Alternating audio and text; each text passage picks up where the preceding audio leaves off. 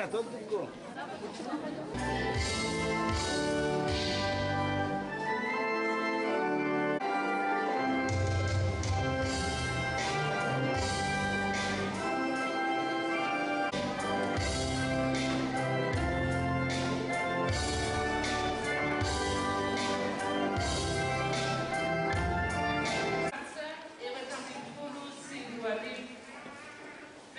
Miaramientana eo amin'ny asa fanompoana. Ary tombona amintsika ny avana ny fahasoavana Jesosy Kristy Tompo, ny fitiavan'Andriamanitra iray ary ny firaisana avy amin'ny fanahy masina. Amen. Lehibe Jehovah ka tompony iray.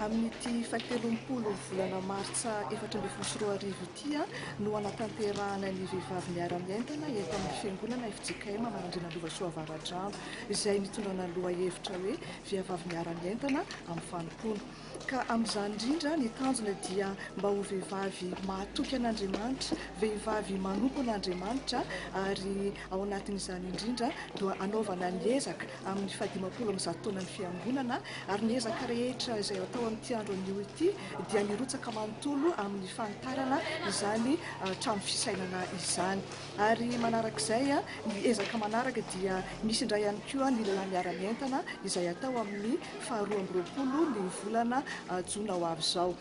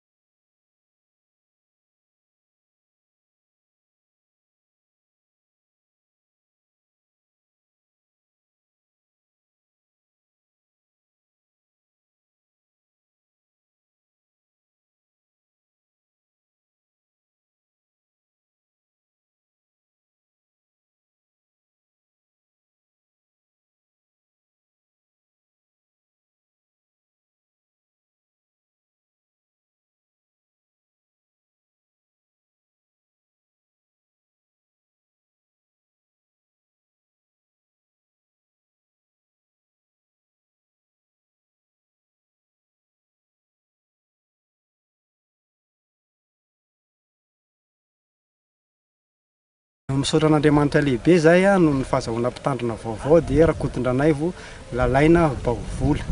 izay tonga hitandrina hitondra indray ny fiangonana eto Ampidralambo Famonjena. Manantena zay ny fiarah-miasa amin'ny mpitandrina vaovao fa raha ny zavatra nasehony vao napetraka izy androany dia fa zava-dehibe tokoa no nataony teto amin'ny fiangonana teo amin'ny ezaka fanomanana sono zany fanampiana ny sono dia manentana ihany koa ny zanakam-pielezana zany amin'izao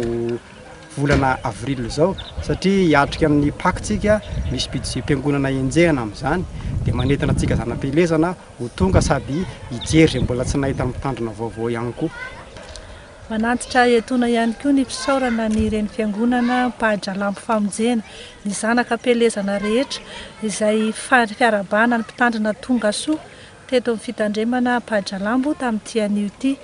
dia manantena eo ambany fahasoavan'Andriamanitra ny fiarah-miasa mavitrika hanehoana ny voninahitr'Andriamanitra amin'ny asa rehetra izay ho tanterahantsika ho fampandrosoana ny fiangonan'Andriamanitra.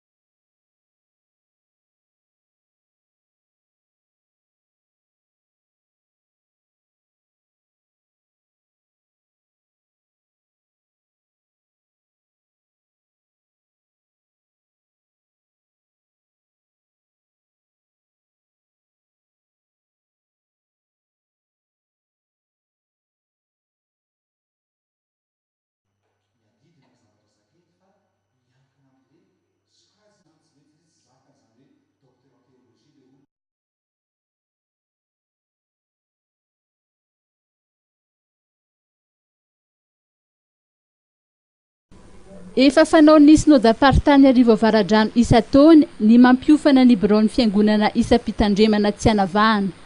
Tao amin'ny FJKM Ambohitra Biby no nanatanterahana ny fiofanana tamin'ny faran'ny herinandro lasa teo. Ireo mpikambana ao anatin'ny biron'ny synodam-paritany Arivo Avaradrano no nanatanteraka ny fampiofanana ka ny prezida sinodaly ny mpitandrina Rabe Tokotany Miarolaza no nitarika izany. Isan'ny zava-dehibe tamin'ity fiofanana ity ny fampafantarana tamin'ny antsipriany ny fitsipika anatin'ny vaovao izay mifehy synodam-paritany Arivo Avaradrano. Io fitsipika anatin'ny vaovao io moa dia vao nankatoavana tamin'ny fivorian'ny komity lehibe ny synodam-paritany tamin'ny faran'ny volana janoary lasa teo. Nisy ny fametrahana fanontaniana nataon'ireo mpiofana ary nisy hatrany ny valiteny sy fanazavana nomen'ireo mpampiofana. Nandritry ny fiofanana ihany koa no nampitaina tamin'ny rehetra mba hiomana dieny amin'ny fanavaozana ireo tompon'andraikitra samihafa ao anatin'ny fiangonana. Isaky ny efa-taona tokoa mantsy no anaovana ny fanavaozana eo amin'ny sahan'ny FJKM ka amin'ny taona 2024 no anatanterahana izany manomboka amin'ny isa-piangonana ny isa-tsampana ary mipaka any amin'ny synodam-paritany sy ny foibe FJKM. Riavana rehetra ao amin'ny tompo isa-taona moa dia misy ireny fifanana antsoina hoe fifanam-borao-piangonana. Fiangonana rehetra mihitsy natsoina miofana ary fanao izy io mba ahafahana manatevina fahaiza-manao izy ireo amin'ny arak'izay raisiny ary dia isaoanantsika rehetra ny fahatongavana tamin'izany, isaoanantsika ihany koa ny fiombonana tamin'ireny fahatongavana miofana ireny ary isaoanantsika fiarahana mahatsiarina sy fiombonana tahaka izao amin'ny synodam-paritany Arivo Avaradrano. Tamin'ity riavana dia misy tanjona sy lesona roa lehibe. Voalohany dia fanazavana amin'ny birao-piangonana rehetra ny amin'izany hoe fitsipika anatiny synodam-paritany Arivo Avaradrano. Ary ny faharoa dia ny fiomanana sahady amin'ny fanavaozana tompon'andraikitra satria fantatsika tsara fa tsy ho ela dia ho tonga izay fotoam-panavaozana izay ary dia miomana sahady zany fiangonana rehetra ny amin'izay fanavaozana tompon'andraikitra izay. Fa ny fotoan-dehibe manaraka ho an'ity synodam-paritany Arivo Avaradrano ity dia ny andron'ny président synodaly mianakavy izay tanterahana ny sabotsy 17 Mey ao amin'ny FJKM Antanimena Atsinanana Fifaliana ka ny fiangonana tsirairay no entanina mba hiomana dieny izao amin'ny fanatrehana izany.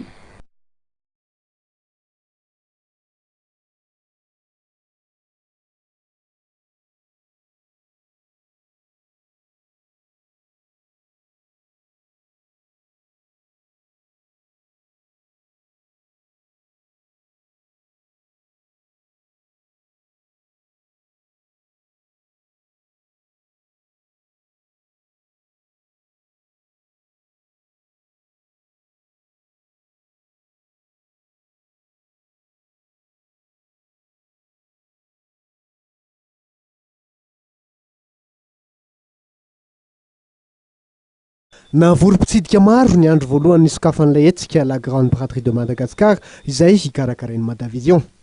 Nisokatra io maraina io tetsy amin'ny lapan'ny fanatanjahantena sy ny kolontsaina etsy Mahamasina tokoa ity etsika isa 3 volana ity. Dia ny fiverenandreo ataontsika hoe animation lehibe maro isan-karazany. Izy ireo moa dia any amin'ny faraparan'ny herinandro ihany no tena isy zany hoe ny asabotsy ny alahady dia isy ny ataontsika hoe filatroana miaraka amin'ireo mpilatro amin'ny fitondrana akanjo zany ireo entana izay amidin'ny mpivarotra bimo accessoire moa zany amin'ny ankapobeny ary isy ihany koa ireo karazana concours maro isan-karazany izay izarana loka maro ihany koa ohatran'izay. Anisan'ny zava-baovao atao amin'ny grande braterie ihany koa ny fisian'ilay cinéma extrême 12D izay ato zany nanaovan'ny mpikarakarana azy io ny lancement n'izy io. Mikasika ny fampiratiana grande braterie de Madagascar manokana dia mbola mpanohana ofisialy ny hetsika ry zareo avy eo amin'ny microcrédit. Manoloana ny amaroan'ireo mpitsidika dia lansady ny entana ho an'ireo ohatra meva sasany isan'izany ty hipivarotra fitafiana iray ity. Le fomba fideliseanay anareo client dia faharoa manaraka an'izay ny karazan'entana atao magafibotsika izay tsy hitanareo any mpivarotra hafa. Afirmaina ianao androany dia raha tsy tonga ava fa misy anjaranao foana eo fa izay no teneniko hoe tonga ava aloha foana satria izay tonga voaloha no mahazo soa. Amidy vary-boba tokoa ny entana mandritra ireo 5 andro isiany ilay hetsika la grande braterie de Madagascar toy ny boky fianarana manao sakafo amin'ny fomba malagasy. Misy tolotra vaovao zany navoaka anay dia ny sakafo malagasy zany. Ity zany atao anatin'ity sakafo boky emprunté mag ity dia misy resety 7 be izao ary ao anatin'ity misy ny tena sakafo malagasy tokoa izy ity ahitantsika ny henakisoso ravitoto tena nahandro gasy zany misy ny ropatsa, misy reny karazana ro mazava, misy ny resaka momba ny henakisoa gana sy ny karazany. Ireo entana ilaina amin'ny andavanandro no atolotra amin'ny mpitsidika anisy la grande braterie de Madagascar araka nambaran'ny Madavision. Arahy maso akaiky ny fampiarana ny fianambidy ary ny antso ireo mpividy ny Madavision anao tatitra raha toa ka tsy voady zany.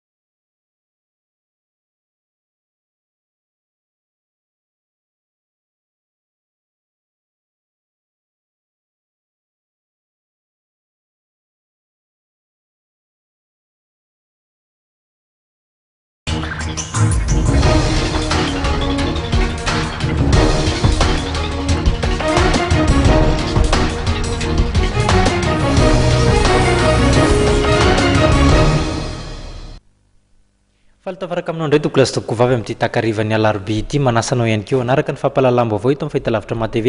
hatramin'ny farany isan'ny hoentina amintsika amin'ity takariva ity ny takaitrana velan'ilay rivodoza vokatry ny rivotra sy ny orana mbenkija izay noentiny teto amin'ny nosy eo amin'ny tontolo politika ny fanendrenan'ny prime ministre izay mbola mitera-baovao lava dia lava eo amin'ny mpanao politika sy ny olo-pirenena samihafa eo ihany koa ny zava-mitranga eo anivon'ny anteny mera-pirenena sehatra ny toe-karena isan'ny itondrananao ihany koa zany amin'ity takariva ity nanamarika ny dian'ny filoha-pirenena Andriamatoa Hery Rajaonarimampianina tamin'ity andro androany ity ny fiaonany tamin'ireo filoha-mpanjakana ambony isan'izany ny filoha frantsay Andriamatoa François Hollande dia izay tanterahany any Bruxelles moa izao dia izao mitatra amintsika ny zava-mitranga any an-toerana namana Davidson raha mahino ianao inona ny azo ambara any Bruxelles any. Andriamatoa Hery Rajaonarimampianina dia mialohan'izay ny maraina nandray vahiny maromaro tao amin'ny Sheraton hôtel nipetrahany zany anisan'izany secrétaire général ny commission de l'Océan Indien Jean-Claude Lesac ankoatran'izay moa zany dia efa avy eo izy dia namonjy ny toerana fivoriana tia Bruxelles zany misy ny vondrona européenne dia niraisina teo ambany teo izy zany nanana sary dia avy eo PDB ny fiaonana nataony ny filoha-pirenena ankoatran'ny fisikafana moa zany ny fivoriana zany izay nandraisany anjara dia misy koa ny ataontsika hoe fiaonany manokana tena zava-dehibe ny fiaonana manokana satria izy moa nanambara atsika avy eo hoe inona ny zavatra tena niaonany izy daholo filoha-pirenena mariana eto fa anisan'ny filoha-pirenena niaona ny filoha-pirenena malagasy izy dia ny filoha-pirenena frantsay François Hollande toy izao ny fanazavany filoha-pirenena zany mivantana miaraka amintsika amin'ny telefôny na dia isorana satria namety tena mihitsy izy mandray ny antsa tarbia manazava amin'ny vahoaka malagasy hitanao tao matv any TVM koa zany RNM koa zany fanazavany filoha-pirenena satria zava-dehibe amin'ny fifandraisana eo amin'ny malagasy sy ny frantsay zany tao anatin'izay dimy taona zatsika hoe ohatran'ny somary nangatsitsika izay ny fifandraisana ary ho azany fanazavana ataony Hery Rajaonarimampianina président ny République Malagasy. Eo alohan'ny faravana maro samihafa nateraky ny rivodoza Hélène dia fantatra fa misy ny namoy havana tamin'izy ireny ka dia maneho ny fiaraha-miosy avy amin'ny vahoaka malagasy sy avy amin'ny tenako manokana ho an'ireo rehetra izay namoy havana tapaka sy namana tamin'iny fandalovany rivodoza iny.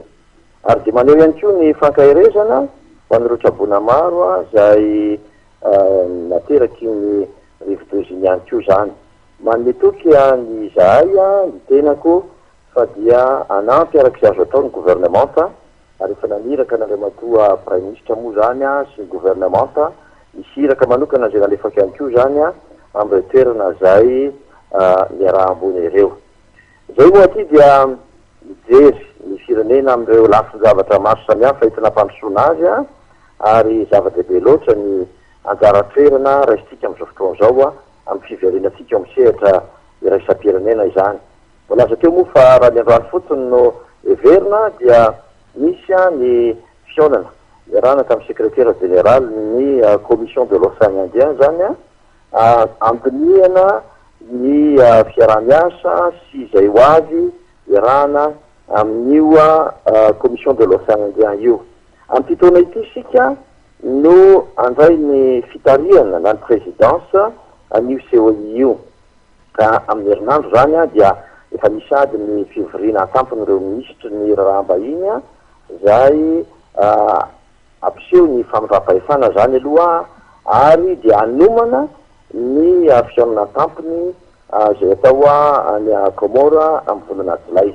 Betsaka ny fiaraha-miasa satria sehatra iaraha-miasa amin'ireo firenena maro samihafa ato anatin'ny Océan Indien ao anatin'ny vondrony io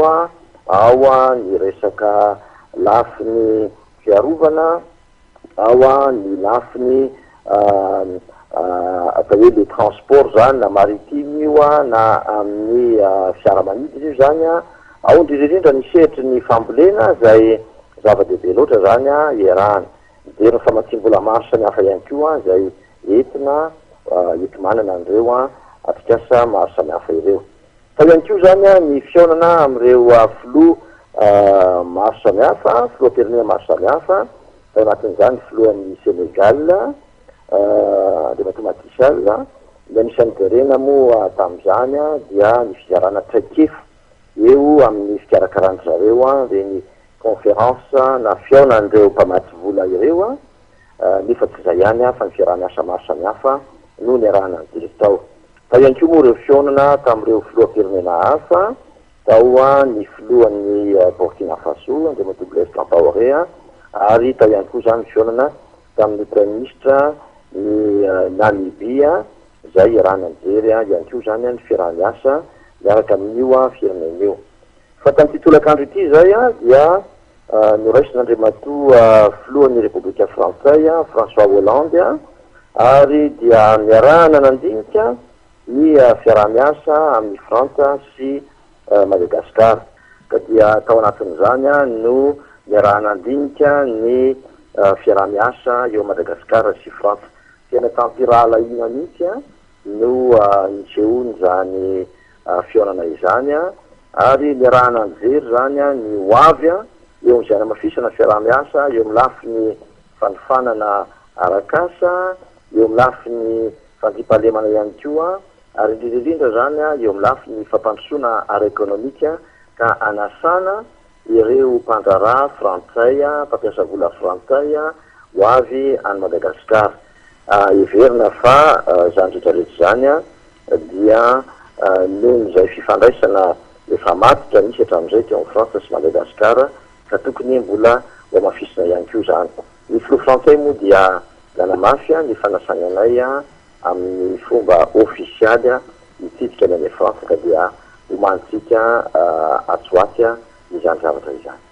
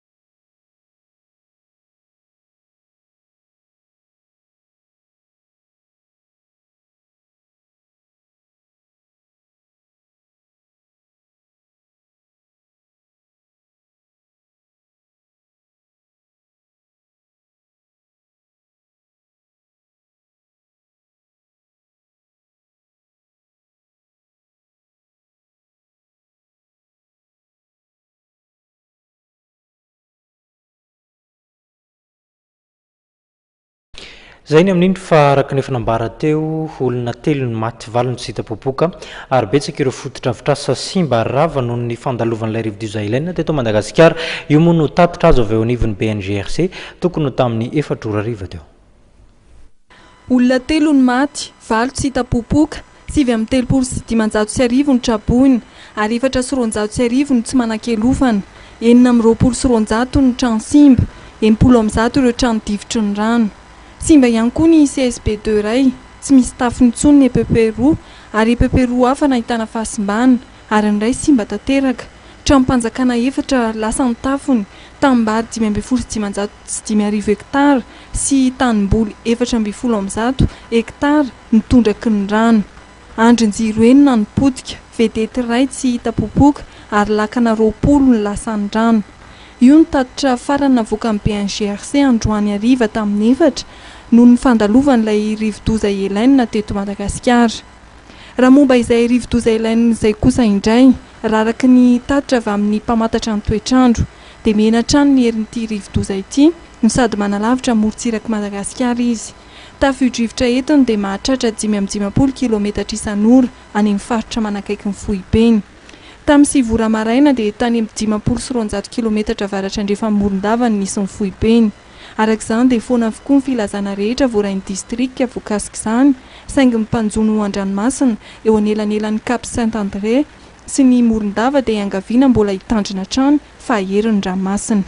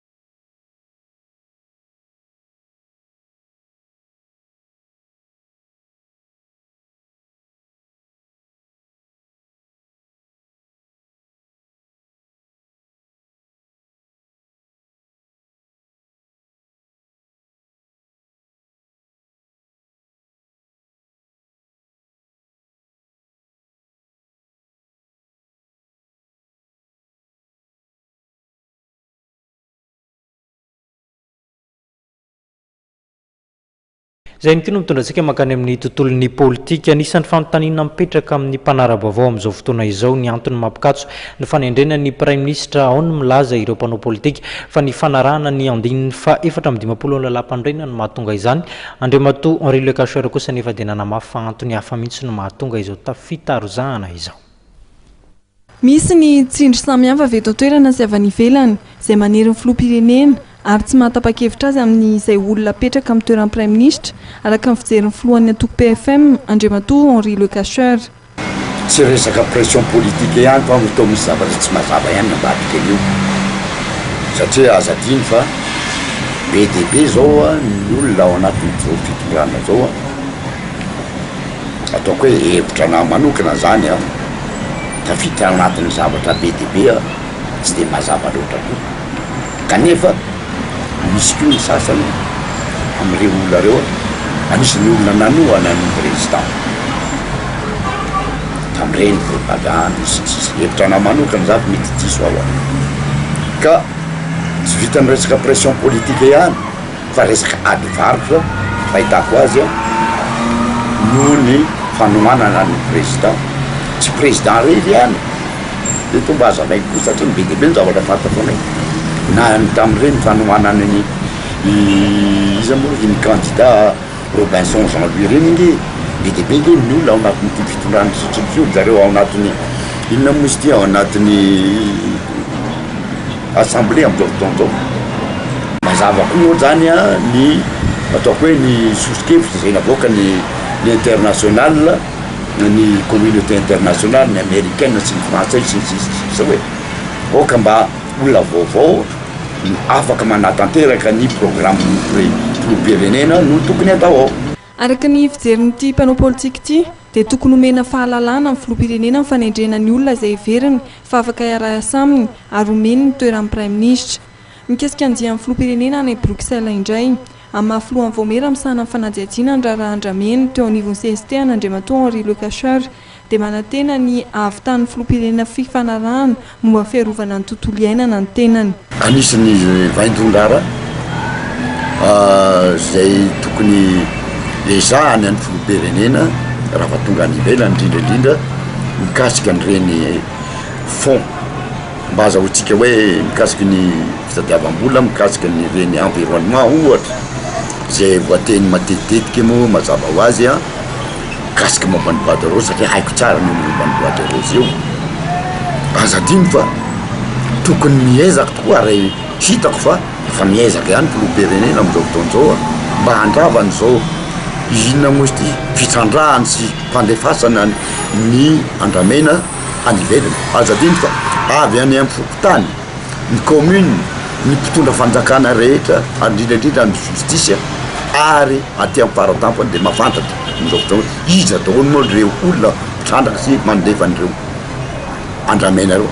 Momba fanajejiana ny raharaha andrameny dia nambaran'Andriamatoa Henri Le Cacheur fa atolotra amin'ny Vaomera eo anivon'ny CST ny gouvernement vaovao ny valiny fanajejiana izay nataon'izy ireo.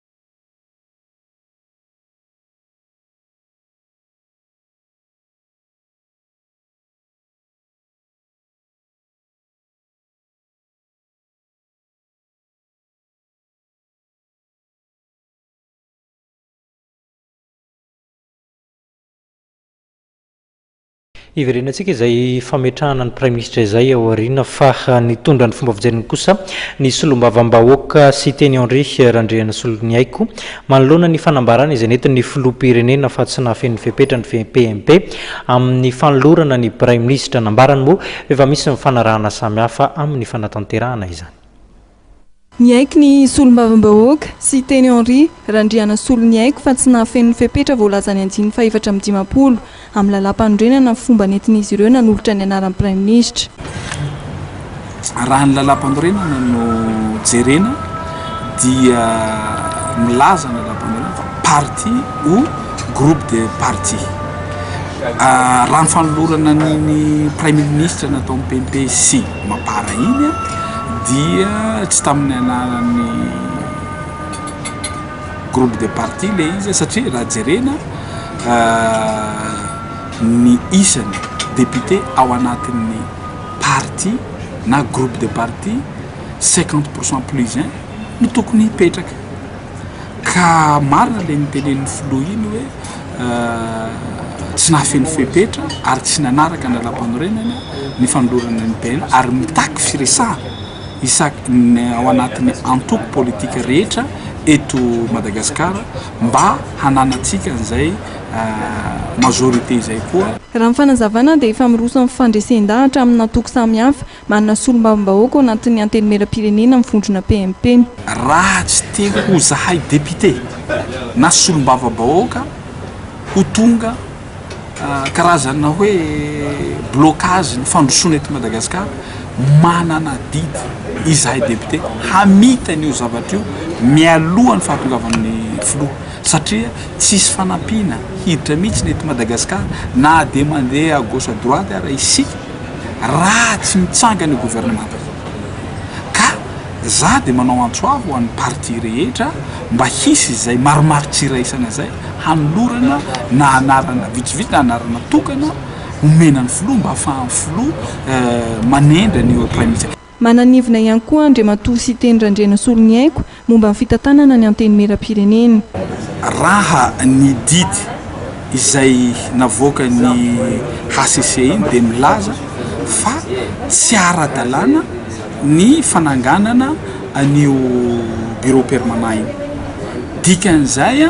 zany androm-panjakana natsangana tamin'ny fomba tsy ara-dalàna zany dia ravy zany. Raha hisy ny fampiantsoana ny fivoriana tsy ara-potoana mazava ho azy fa efa nipetraka teo loi organique fa efa navoaka ny conseil des ministres ary efa nametraka koa ny ACC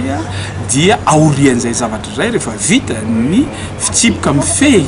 any antenimieram-pirenena dia tsy maintsy miroso amin'ny fifidianana izay no marina ary tsy azo avadika zay zavatra izay fa zay no ny tena fahamarinana fa ny fampiresahana ao anatiny samby parti samihafa na groupe de parti izay tsy maintsy hisy angambany atoato fa tsy hisy hoe ho hitarina fotsiny rava aloha io zay vao misy élection na dia misy ara fampiresahana. Andrasana ny fiantsoana fivirina eo anivon'ny anteny meram-pirenena ary anaovana ny famerenana ny fifidianana amin'ny bromaharitra ny ity androm-panjakana ity.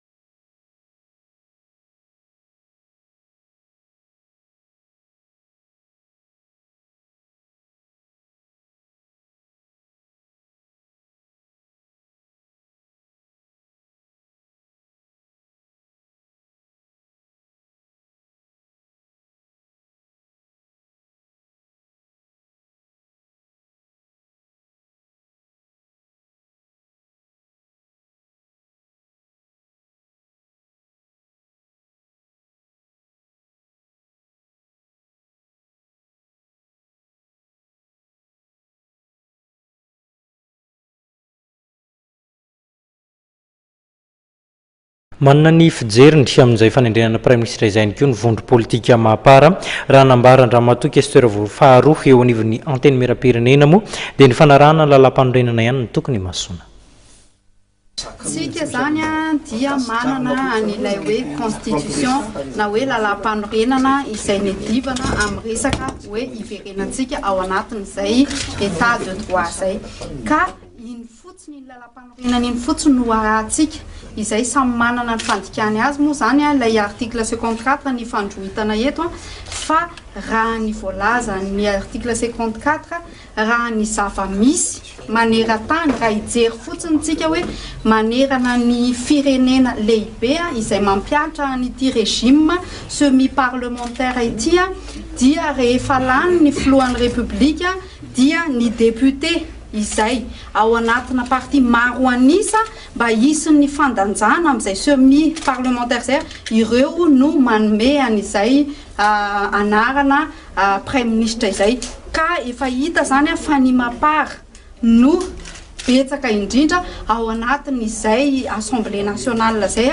dia mazava loatra fa ny mapara ny tokony anome an'izay anarana prime ministre ary nisy ny fifanatona nisy ny resaka izay efa natao ny bureau politique ny mapara tamin'ny rehetrarehetra dia efa lamin'izay andry zareo zay satria zahay tsy miditra amin'izay fa araka ny tenenina teo hoe misy ny bureau politique mapara dia zareo no efa nanolotra n'izay anarana premier ministre zay ary efa niresahana tamin'ny filohan'ny république sy ny député namana rehetrarehetra dia ho hitantsika eo. Dia misy ny tokony niteraka resabe amin'ny statut mapara zay plateforme ve mapara sa groupe politique sa parti politique ny faranty mantsy ny tena flou rationnaire mampiana fa miainga amin'ilay approche parti zany le proposition na prime ministre aiza ho aiza no avy ny mapara zany par rapport amin'izay zavatra dia miverina amin'izay ihany tsika hoe manana ny olona ny bureau politique mapara dia ry zareo ngamba mamaritra an'izay zavatra izay satria ry zareo no tena mahafantatra sy afaka mamaly an'izay fanontaniana izay.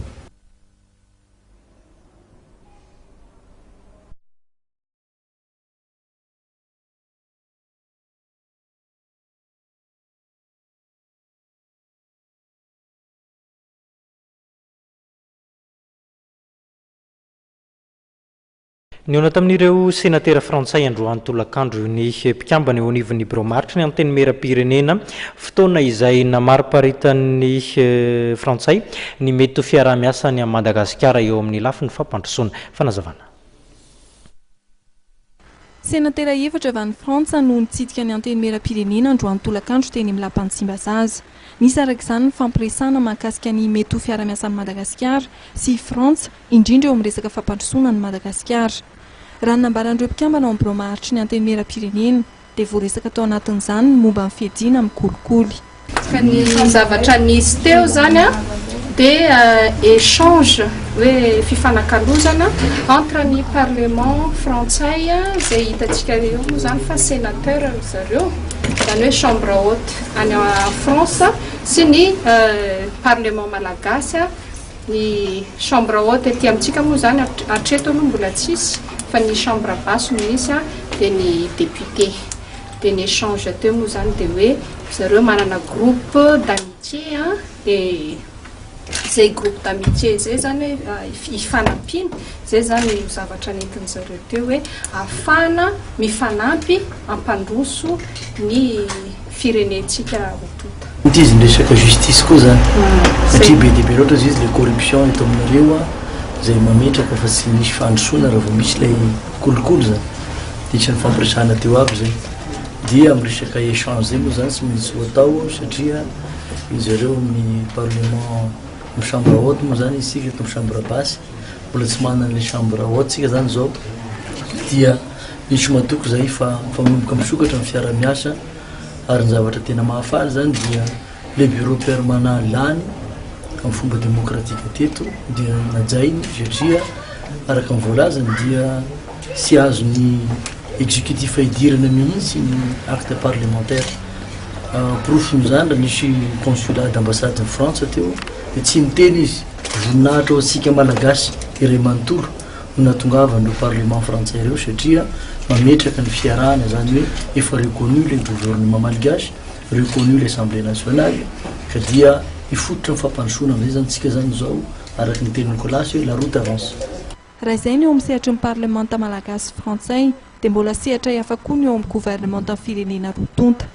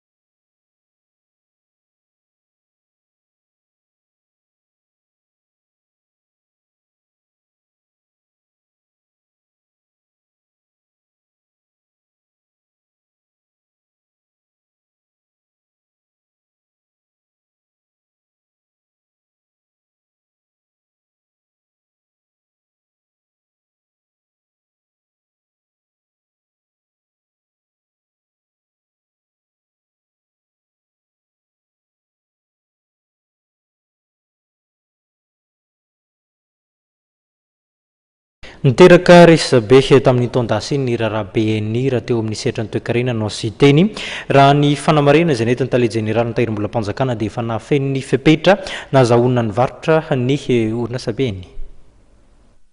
Voakasika amin'ny resaka BNI ny tahirim-bola mpanjakana amin'ny maha actionnaire azy izany hoe manana petrabola ao amin'ity banky ity ny fanjakana na dia kely aza ny anjarany raha ny fanazavana izay noentiny tale général ny tahirim-bola mpanjakana ao anatin'ny tranonkalan'ny trésor public. Tsy aivina fa anisan'ny tsipaka ny famarotana ny BNI ny tale général ny tahirim-bola mpanjakana.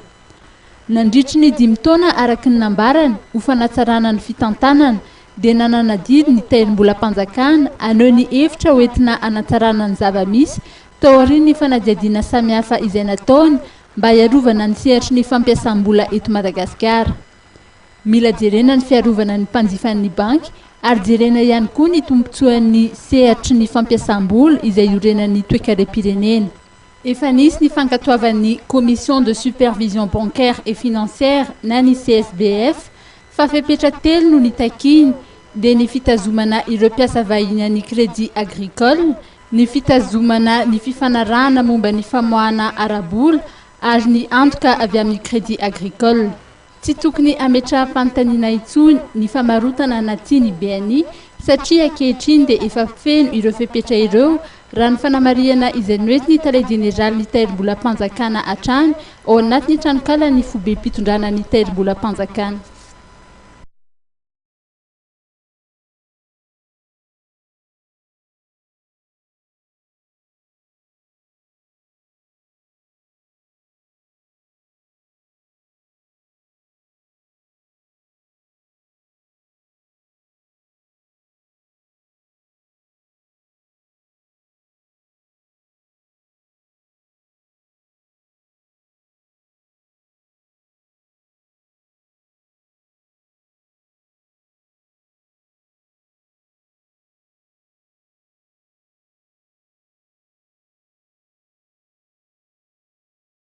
ho an'ny professora Ralson Roger dia tokony isy ny mangarara tanteraka ao anatin'izay raharaha-BNI izay mba hialana amin'ny fisalasalana samihafa fanazavana ary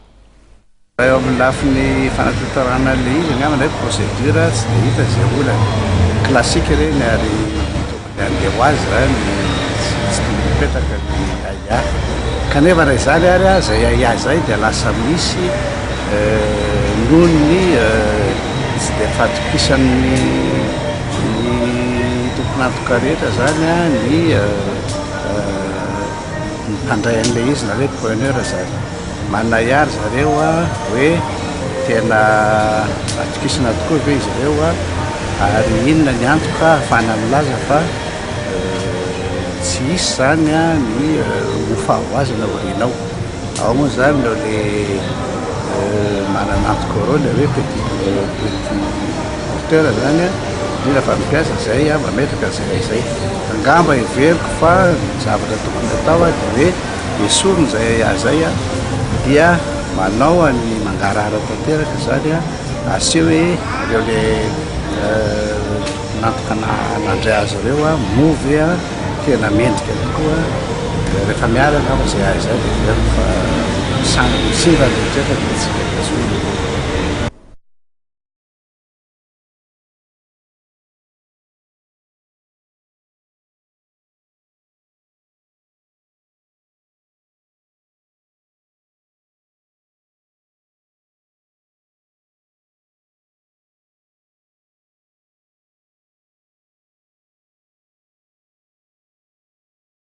ho an'andriamatoa faly hery kosa indray dia mpahitoekarena ny tenany ary nanambara fa azo atao tsara ny famarotana ny BNI raha izay no asiteny nandroso sosikevitra ihany koa ny tenany eo anatrehany tokony hananganana ny banky malagasy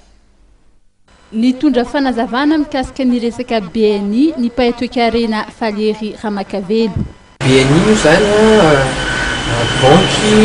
tsy BNI intsony ny anarany efa lasa mivadika BNI Crédit Lyonnais satria BNI zay banky fanjakana gasy ny tompony taloha dia rehefa natao privatisation tamin'ny 1997 dia efa lasa privé izy ary ny tompony BNI farany teo dia ny Crédit Agricole zay banque français Crédit Agricole zany nanapa-kevitra hoe varotany ny varotany zany BNI Madagascar satria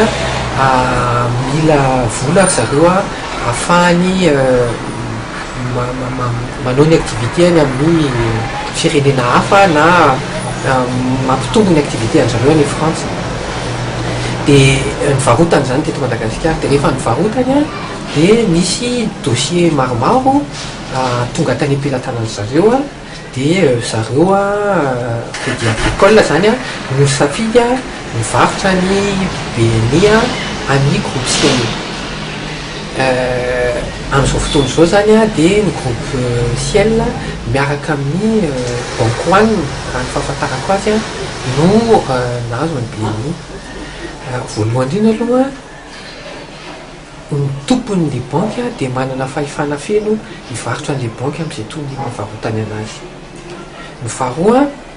ny CSBF ny CSBF moa dikany dia hoe commission de supervision des banques et des établissements financiers io commission io zany no manara-maso hoe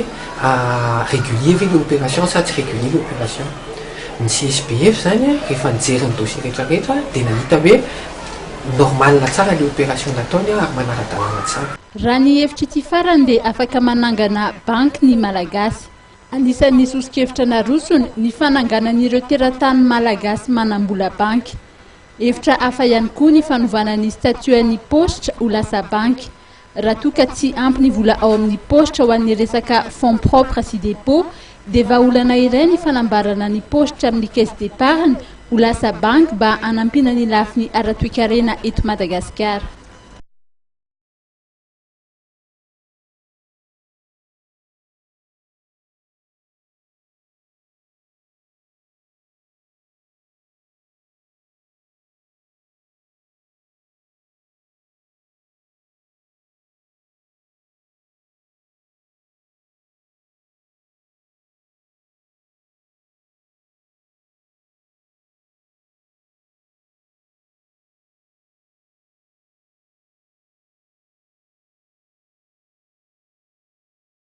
iverenantsika izay vaovao nteokarena zay rehefa aveo fa raha voatery ny sotro rano maloto ao anatin'ny taona maro kosa ireo mponina ao amin'ny tanàna Ambodiorina ao anatin'ny fokotany Ambohimarina ao anatin'ny commune ambanivohitra Lasora afaka amin'izany izy ireo ankehitriny satria dia notokanina tamin'ny fomba ofisialy ny lavatra ny manara-penitra eny an-toerana eny.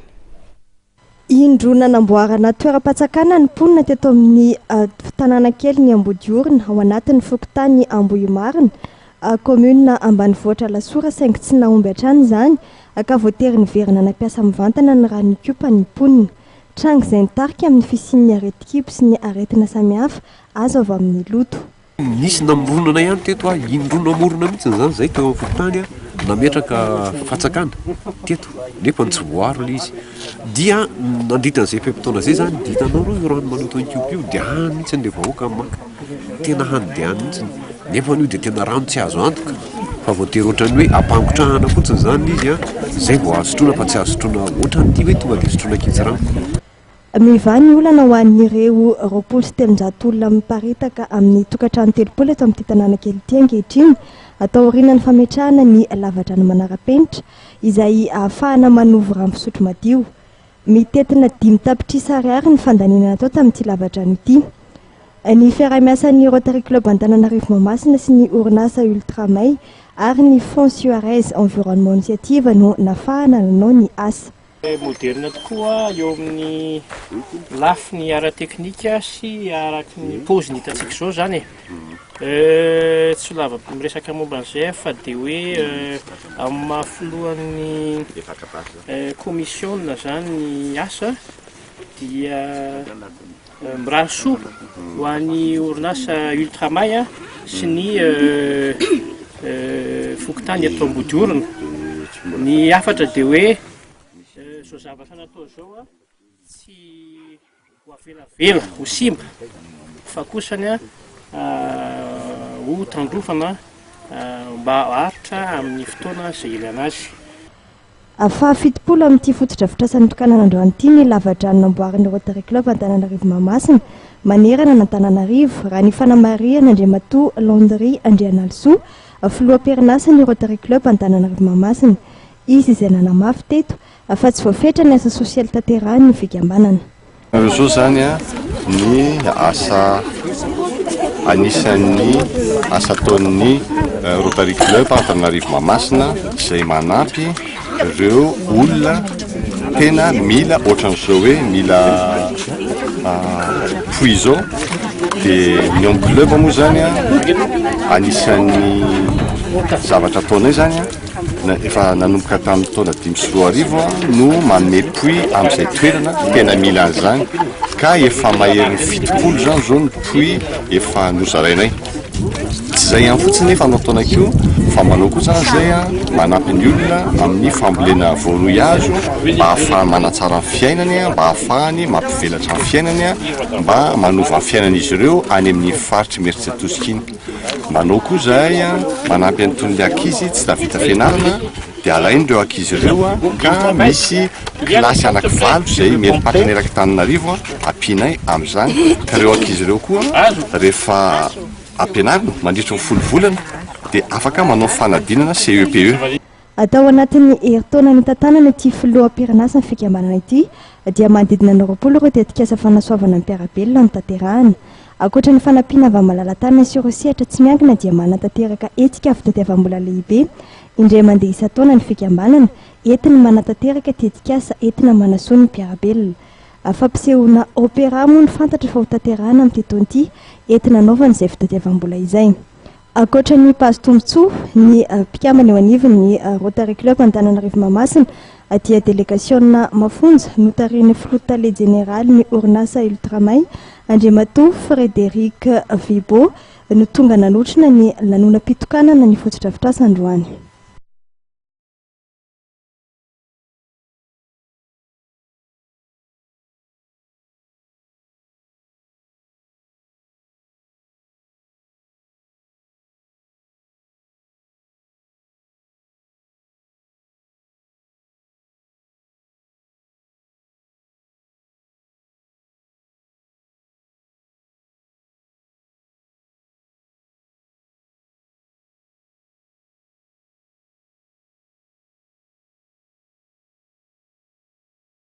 notokanana androany ilay trésorerie ministériel chargé de l'agriculture etsitsimba zaza ho fanohizana ny ezaka fanatsarana ny kalitaon'ny asa sy ho fanomezana fafampo ireo manana antondrara eo anivony zany foibe zany moa no antony andrenana ity fotodrafitra sainy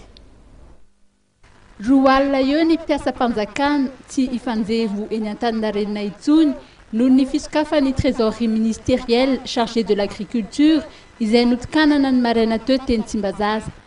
Ity toerana ity no isahana ny fanatanterahana ny teti-bolan'ny ministeran'ny fambolena, ny ministeran'ny fiompiana, ny ministeran'ny zono ary ny ministeran'ny ala sy ny tontolo iainana fa tsy ny pairie général d'Antananarivo ety Antaninarenina itsony. Avantage maro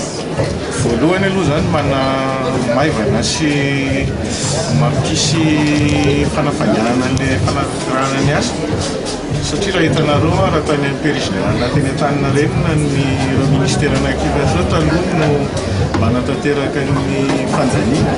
sy ny fanatanterana teti-bolany amin'ny ankapobeny dia mivamoaka tany daholo ny atotantaratasy rehetrarehetra dia mavesatra na fanaraha-maso ataon'ny teti-bolam-panjakana na fivezivezen'ilay ministère dia lasa mahitadiavana fahabolana zany dia naparitaka izy dia manatona tia ministère ny teti-bolam-panjakana amin'izao dia ankoatran'izay koa dia le mpandray karamo tia ministère raha teny Antaninarenina teny Tonaka hitanareo foteny dia amin'izao fotoana izao zany izy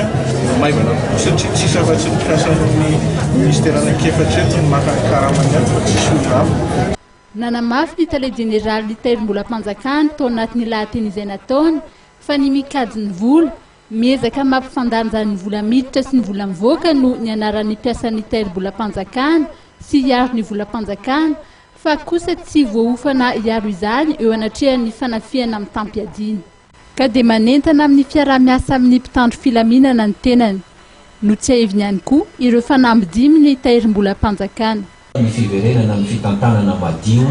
mahomby ary mangarahara mba hisy vokany eo amin'ny fiainan'ny vahoaka malagasy, ny fiainam-pirenena ary ny fiainan'ny toe-karem-pirenena, ny asa rehetra tanterahana amin'ny fanatanterahana ny teti-bolam-bahoaka rehetra na ny ety anivon'ny fanjakana foibe na eny anivon'ny vondrom-bahoaka tsinjaram-pahefana na eo anivon'ireo sapan-draram-panjakana samihafa ny établissement public izany. Raha iverenana ity trésorerie ministériel izay notokanana androany ity dia ny ministeran'ny fitantanam-bola sy ny teti-bolam-panjakana amin'ny alalan'ny fobe mpitondrana ny teti-bolam-panjakana no namatsy vola ary ny ministeran'ny fambolena no nanolotra ny toerana sy ny trano. Ny banky iraisam-pirenena kosa amin'ny alalan'ny PGDI no namatsy ny vola amin'ny fampitaovana informatique. Ny talain'ny fandridrana arabola eo anivon'ny ministeran'ny fambolena dia nanamafy ny mahazava-dehibe ity trésorerie ministériel fahatelo izay nisokatra ity ary miantso ireo ministera mpiara-miasa mba hanaja ny zava-bita.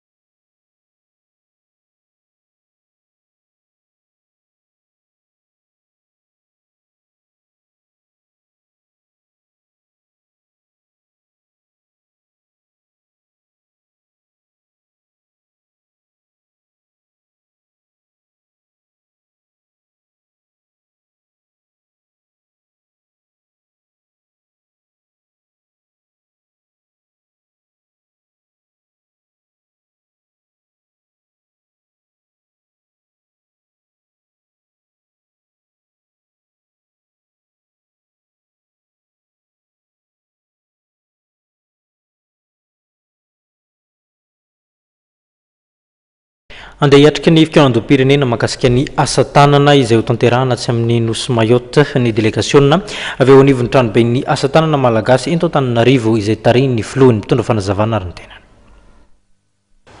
Ny chambre d'artisanat d'Antananarivo dia nahazo fanasana amin'ny efatra akatramin'ny fahavalo jona zao taona 2024 zany. Izy io a de forum deuxième forum de l'océan Indien momba ny asa tanana zany. Efa tany ihany ny tany Mayotte ihany a zay anaovana azy izy io zany a ny mpanao asa tanana teto Madagasikara, indrindrindrindra ny mpikambana atao amin'ny chambre d'artisanat d'Antananarivo a sy ny mpikambana atao amin'ny chambre de métier tany amin'ny faritra. Marina fa matoa nasina ny fa deuxième édition dia naomby zany a ny première édition. Fa ny firariana kosa na izany na tsy zany de mba ny hoe anaovana ny troisième édition eto Madagasikara. Fanindrina moa de ohatran'ny fanindrina rehetra ihany. Fa ny fanasana kosa de mba ny fanetanana ny mpanao asa tanana rehetra mba hikambana ao anatin'ny chambre d'artisanat d'Antananarivo zany indrindrindrindra ny eto Antananarivo mba ho fantatry ny fanjakana satria tsy hanomezantsiny azy noho ny asa maro zay ampelantanany raha tsy tazantsika satria tsy de mivondrona loatra. Koa manasa antsika rehetra zany mba hiaraka hivondrona amin'izany ary manantena koa amin'ny fahafolo volana jona zay mety isin'ny journée mondiale de l'artisanat zany. Firenena andray anjara aloha zany atreto dia ny Madagasikara, de ny Union de Comores,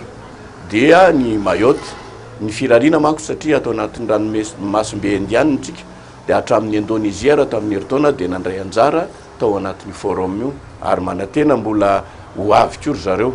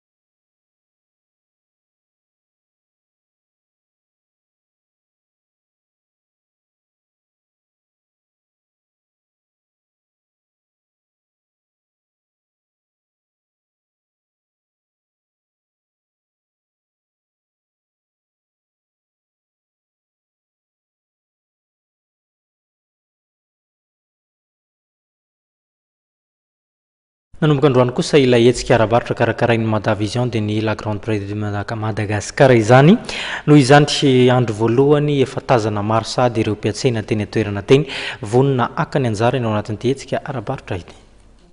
Navorim-pitsidika maro ny andro voalohany nisokafan'ilay hetsika la grande praterie de Madagascar izay hikarakarain'ny Madavision. Ny sokatra marain'io ho tetsy amin'ny lapan'ny fanatanjahantena sy ny kolotsaina etsy Mahamasina tokoa ity hetsika isa 3 volana ity.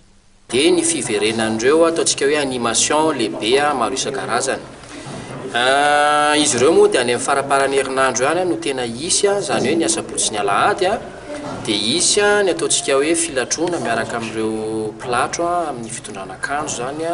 ireo entana izay amidin'ny mpivarotra bimo accessoire moa zany amin'ny ankapobeny ary isy ihany koa ireo karazana concours maro isan-karazany izay izarana loka maro ihany koa ohatran'izay. Anisan'ny zava-baovao atao amin'ny grande praterie ihany koa ny fisian'ilay cinéma extrême 12D izay ato zany nanaovan'ny mpikarakarana azy io ny lancement n'izy io. Mikasika ny fampirantiana grande praterie de Madagascar manokana dia mbola mpanohana ofisialy ny hetsika ry zareo avy eo amin'ny microcrédit. Manoloana ny amaroan'ireo mpitsidika dia lansady ny entana ho an'ireo ohatra meva sasany isan'izany ty hipivarotra fitafiana ray ity. Le fomba fideliser anareo client dia efa ho manahaka an'izay ny karazan'entana atao mangafidytsika izay tsy hitanareo any mpivarotra affirmeny ianao androany dia raha tsy tongava fa misy anjaranao foana eo fa izay ny teneniko hoe tongava aloha foana satria izay tonga voaloha no mahazo soa. Amidy varoboba tokoa ny entana mandritra ireo 5 andro isin'ny ilay hetsika la grande praterie de Madagascar toy ny boky fianarana manao sakafo amin'ny fomba malagasy. Misy tolotra vaovao zany navoakanay a dia ny sakafo malagasy zany ity zany a atao anatin'ity sakafo boky emprunty magdy dia misy resety 7 re izao ary ao anatin'ity misy ny tena sakafo malagasy tokoa izy ity a ahitantsika ny henakisoso ravitoto tena nahandro gasy zany a misy ny ropatsa misy reny karazana roa mazava misy ny resaka momba ny henakisoa gana sy ny karazany ireo entana ilaina amin'ny andavanandro no atolotra ampitsidika anisy la grande praterie de Madagascar araky nambaran'ny Madavision arahy maso akaiky ny fampiarana anisy fianambidy ary ny antso ireo mpividy ny Madavision anao tatitra raha toa ka tsy voady zany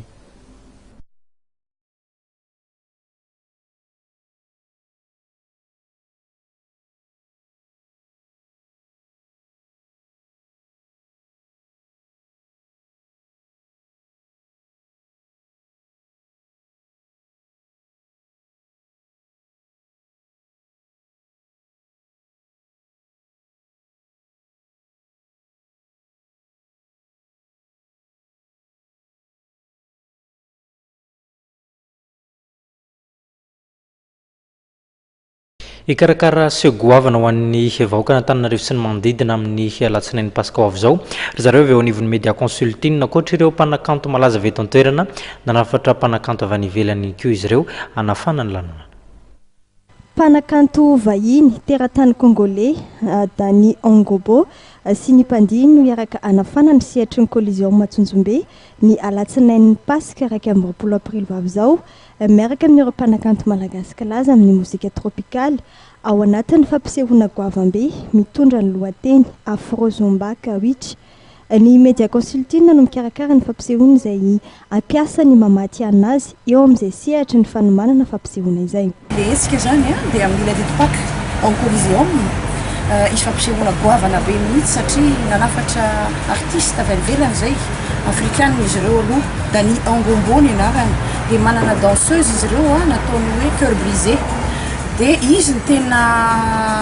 nasaina izy zany ny artiste lehibe nasaina avy any ivelany fa kosa tsy izy irery ihany fa miaraka aminy i Jedi Marcos miaraka ampandihany ihany koa dia anampy any Jedi Marcos amin'ny Zumba Kawich Farah Jones Pinsemena dia Simonda ny fotoana dia anomboka amin'ny 10 maraina mandra-parivan'ny andro dia zareo avy any ivelany no mamarana ny fotoana ka ny tanjonay zany amin'io dia anafana tanteraka ny lundi de Pâques satria fety ny fianakaviana izy io ka ny fanitana ataonay zany dia ho an'ireo zay te hilalao te hanalazy fa tena fety be io satria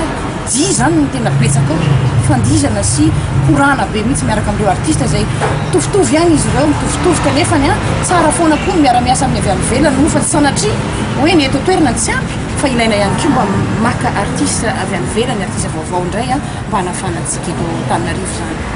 amin'ny folora maraina no anomboka amin'ny fampisehoana mandra-parivan'ny andro anamarika ny fotoana moa ny fisian'ny fanakalozana ara-kolontsaina ataon'ireo mpanakanto vahiny sy malagasy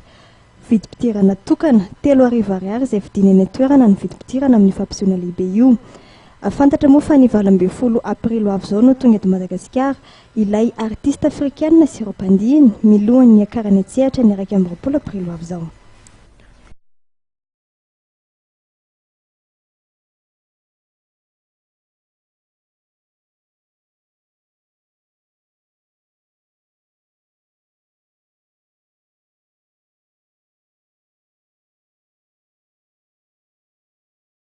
Sangambatorofo no isany amin'ireo asany fahafolo taona nijoron'ny antokopira isotro fitiavana na ny ampifity vita tanteraka ankehitriny ireo fotodrafitrasa ireo totosa somatsara ny asa fanamboarana ireo fotodrafitrasa misa roa ho Sangambato ny fahafolo taona ijoron'ny antokopira isotro fitiavana na ampifity izay najoretsy amin'ny tobo vaovao sampana fifoazana synodam-paritany Antananarivo andrefana eny Tambomena ampantokana mahitsy nahatratrainina amin'ny 10 tapitrisa ariary no ho totalin'ny asa fanamboarana nampahafantariny ampifity ny mpanao gazety io maraina io ho tetsy amin'ny FJKM isotro fitiavana no mikasika izany raha nanomboka nikasa anao renidrehetreny zay anao zany Sangambato zany dia ny antsolona maro iara-iasa amin'ny ampifity anoana ny ampifity tamin'ny alalan'ireo hetsika maro nomanina nadrisy fankalazana tamin'ny taona 13 iny tao reo mega concert évangélika maro, tao reo hetsika maro, tao reo sakafo mifankalazana, taterahana atao mikarlotona, atao palais de sport, tam'ireo fiangonana maro samihafa, de atao Tananarivo tany velany. De tonga tokoa ny olona, nanoana, nanao zay ho afany, tamin'ny fitaovana, famomezana vola, fandraisana anjara tamin'ireny. Ary rehefa vita ny trano, de teny heverinay hoe tena didy sy andraikitray amin'ny fity. No miteny amin'ireny olona rehetra nanoananay ireny, vita tompoko ny zavatra nanoananareo anay, nanampinareo anay nde tsika arisotra'Andriamanitra. Ankalaza azy noho ny fahavitany ary nde mba ho aseho anareo anay, ho asehonay aminareo ny zavatra zay mba nisaraina anareo nanampinareo anay mba iarahantsika amin'ny faly ionatrehany tompotompo. Trano roa nataony amin'ny fity ao, trano ray ho an'ny marary, trano ray ho an'ny mpiandry sy ny mpiomana zay hitaiza sy hitsabo ireo marary reo amin'ny anaran'i Jesosy Kristy tompotompo. Amin'ny sabotsy 5 aprily avy zao no anatotosana ny lanonana fanokafana amin'ny pomba ofisialy ireo foto-drafotra sy Tsangam-Bato. Amin'ny fotoana ihany koa no anorany ampifity ny fanalahidin'ny trano ary amaranana ny hifankalazana ny 10 taona ny tsorony. Maro hetsika anamarika izany, isan'izany ny fiaraha-misakafo sy ny mega concert hiderana an'Andriamanitra.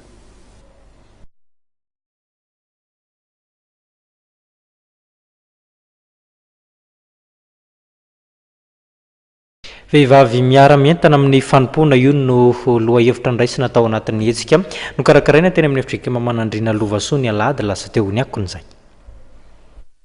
Efa nanomboka tamin'ny taona lasa ity hetsika miavaka tao amin'ny FJKM Manandriana Lovasoa Avaradrano ity ary hita sy tsapany rehetra ny vokatra tsara nentin'izany fiaraha-mientana izany ka izao notohizana izao indray. Tamin'ny alahady 30 martsa lasa teo tokoa mantsy no nanatanteran'izy ireo ny antsoina hoe vehivavy miara-mientana eo amin'ny fanompona. Nandritry ny fanompom-pivavahana ny alahady maraina dia vehivavy avokoa no nandray anjara ary ny vandin'ny mpitandrina no nitarika ny fanompom-pivavahana. Ny mpitandrina Ratsimanohatra Eliane izay mbola pastera vehivavy ihany koa no nitory ny tenin'Andriamanitra ary ny tenin'Andriamanitra notoriany dia ny hoe fa asan'Andriamanitra isika voaforona tao amin'ny Kristy Jesosy mba hanao asa tsara izay namboarin'Andriamanitra raha teo mba andehanantsika eo aminy. Nandritry ny fanompom-pivavahana dia nisy hira izay noredon'ireo vehivavy samy rery ary nisy ny solotenan'ireo vehivavy nandray anjara fitenenana ho fisaorana sy ho fampirisihana trano ny vehivavy mba hanao zava-dehibe ny asa fanomponan'Andriamanitra. Ny fanentana tokoa ireo vehivavy mba ho